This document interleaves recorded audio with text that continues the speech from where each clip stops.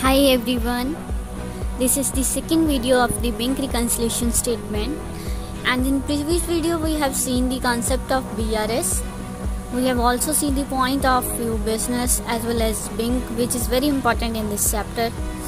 We have also seen many more things in this chapter. Now in this video we are going to solve the problem which is based on the bank reconciliation statement. But before going to solving the question, let's recall the technique of solve the question of BRS. First one, A point is scenario. Firstly, we identify the problem is based on balance as per cash book, overdraft as per passbook, balance as per passbook and overdraft as per cash book.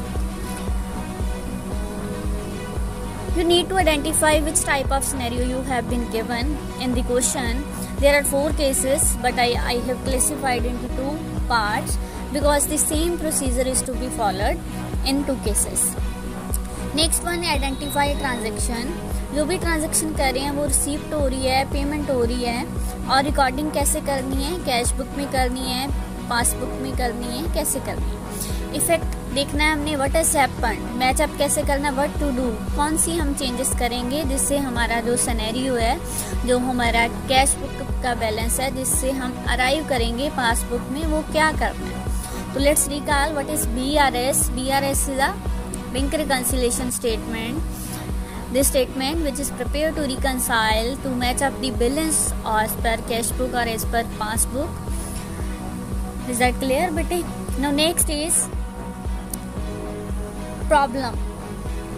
Bank reconciliation statement. Cash book shows the balance of the rupees 12,500 on comparing passbook following the discrepancies were noted. First one, check issued but not yet presented for payment. Check deposited into bank but not collected rupees 9,000. Bank insurance premium पे कर रहा है 5,000. Bank charges है 300 के. Direct deposit किया customer ने और interest on investment है collected by bank. There are so many reasons. तो हम देखते हैं कैसे हम BRS को प्रिपेयर करते हैं. सबसे पहले हम जो भी हमारे पास कॉजेज हैं उनको शो करते हैं कैसे हमने उन्हें फॉलो करना है. फर्स्ट वन हमारे पास है सिनेरियोस 4 थे हमारे पास, उसे हमने क्या किया, 2 में डिवाइड किया हुआ है. Cheque issue but not presented for payment. Business ने क्या किया, चेक इशू किया सप्लायर को पेमेंट के लिए, तो हमने अपनी कैश बुक में रिकॉर्ड किया. तो कैश बुक में हमारा बैलेंस क्या हो गया, रिड्यूस हो गया. तो क्या हो गया, जो सप्लायर है वो अभी तक बैंक नहीं गया, उसने क्लियर नहीं करवाया, तो क्या हुआ, पासबुक में तो एंट्री नहीं हुई. तो हम भी क्या करेंगे, जब कैश बुक का बैलेंस हमारे पास हो तो हम कैश बुक में ही चेंजेस करेंगे, not in a passbook. Okay, now हम क्या करेंगे, कैश बुक बैलेंस में इसे हम ऐड करेंगे. Now next is cheque deposit into bank but not collected और not cleared, not credited. These are same meaning. Business customer ने हमें चेक दिया तो हमने बैंक में डिपॉजिट करवाया, बट क्लियरेंस होने के लिए 3 to 4 डेज लगते हैं. तो अब क्या करेंगे हम, पहला हमारा कैश बैलेंस क्या हो रहा था, इंक्रीज हो रहा है, तो अब हम क्या करेंगे, डिडक्ट करेंगे, बिकॉज अभी तक बैंक ने चेक क्लियर ही नहीं किया. ओके, स्टैंडिंग इंस्ट्रक्शन और डायरेक्ट पेमेंट. लाइक एज हमारे क्वेश्चन में इंश्योरेंस प्रीमियम पे किया, तो क्या हो गया, बिजनेस ने बैंक को इंस्ट्रक्शन दी, तो बैंक ने अपनी पासबुक में तो रिकॉर्ड कर ली, बट हमने कैश बुक में तो कुछ किया ही नहीं. जब हमें पता चलेगा तब हम क्या करेंगे, उसे डिडक्ट करेंगे. Next one, bank charges, cheque bounce, charge interest charges.